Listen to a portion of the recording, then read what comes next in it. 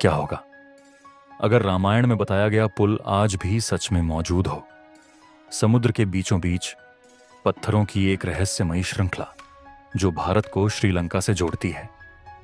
कुछ लोग इसे भगवान श्री राम द्वारा बनाया गया राम सेतु मानते हैं, जबकि विज्ञान इसे सिर्फ एक प्राकृतिक संरचना कहता है।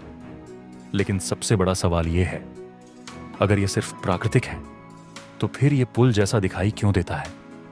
और हजारों साल पहले लिखी गई रामायण में इसका वर्णन बिल्कुल इसी तरह कैसे किया गया? क्या रामायण सिर्फ एक कहानी थी, या फिर इतिहास का वो सत्य जिसे दुनिया आज भी समझ नहीं पाई? आज हम जानेंगे राम सेतु का वो रहस्य जिसे विज्ञान भी पूरी तरह समझ नहीं पाया। हजारों साल पहले जब रावण माता सीता का हरण करके उन्हें लंका ले गया, तब भगवान श्री राम समुद्र के किनारे खड़े थे। उनके सामने था विशाल समुद्र और दूसरी तरफ लंका। ना कोई जहाज, ना कोई आधुनिक तकनीक, ना कोई मशीन, चारों तरफ सिर्फ अथाह पानी। उस समय समुद्र को पार करना लगभग असंभव था, लेकिन तभी इतिहास का सबसे रहस्यमयी निर्माण शुरू हुआ। रामायण के अनुसार वानर सेना के दो योद्धा नल और नील समुद्र पर पुल बनाने लगे। कहा जाता है कि उन्हें ऐसा वरदान प्राप्त था कि उनके द्वारा फेंकी गई वस्तु पानी में डूबती नहीं थी। विशाल पत्थर समुद्र में डाले गए और वो तैरने लगे। सोचिए, हजारों साल पहले समुद्र के ऊपर एक पुल बनाना, आज भी इतनी विशाल संरचना बनाना आसान नहीं है। तो उस समय यह कैसे संभव हुआ होगा? कहा जाता है कि वानर सेना दिन रात लगातार काम कर रही थी। विशाल पत्थर उठाए जा रहे थे, समुद्र में डाले जा रहे थे, और धीरे धीरे पानी के ऊपर एक रास्ता तैयार होने लगा। वो रास्ता जो भगवान श्री राम की सेना को लंका तक पहुंचाने वाला था।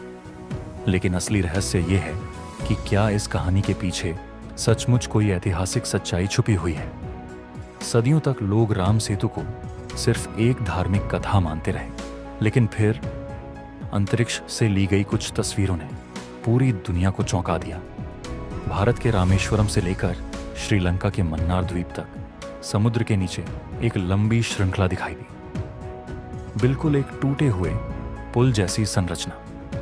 यह दृश्य इतना रहस्यमयी था कि लोगों ने तुरंत इसे रामायण से जोड़ना शुरू कर दिया। दुनिया भर में बहस शुरू हो गई, क्या ये वही राम सेतु है जिसका उल्लेख रामायण में किया गया था? कुछ लोगों ने इसे भगवान श्री राम के अस्तित्व का प्रमाण बताया, जबकि वैज्ञानिकों ने कहा कि यह सिर्फ प्राकृतिक रूप से बनी चूना पत्थरों और रेत की संरचना है। लेकिन कई विशेषज्ञों ने एक सवाल उठाया, अगर यह पूरी तरह प्राकृतिक है तो इसकी संरचना इतनी सीधी और व्यवस्थित क्यों दिखाई देती है? कुछ रिसर्च में दावा किया गया कि इस संरचना के कुछ हिस्से हजारों साल पुराने हो सकते हैं। हालांकि इस पर आज भी पूरी सहमति नहीं है, लेकिन यही अनिश्चितता इस रहस्य को और भी गहरा बना देती है, क्योंकि जितना विज्ञान इसे समझाने की कोशिश करता है, उतने ही नए सवाल सामने आने लगते हैं। लेकिन असली रहस्य अभी बाकी था। भारत के कई मंदिरों और रामायण से जुड़े स्थानों पर आज भी ऐसे पत्थर दिखाए जाते हैं जो पानी में तैरते हैं। जी हां, तैरते हुए पत्थर। पहली बार देखने पर यह बिल्कुल असंभव लगता है। आखिर कोई पत्थर पानी में कैसे तैर सकता है? मान्यता है कि राम सेतु बनाते समय पत्थरों पर राम नाम लिखा जाता था और इसी कारण वो डूबते नहीं थे।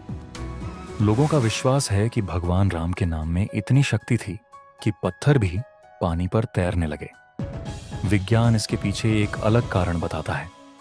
वैज्ञानिकों के अनुसार कुछ ज्वालामुखीय पत्थरों में छोटे छोटे एयर पॉकेट होते हैं, जिनकी वजह से वो कुछ समय तक पानी में तैर सकते हैं।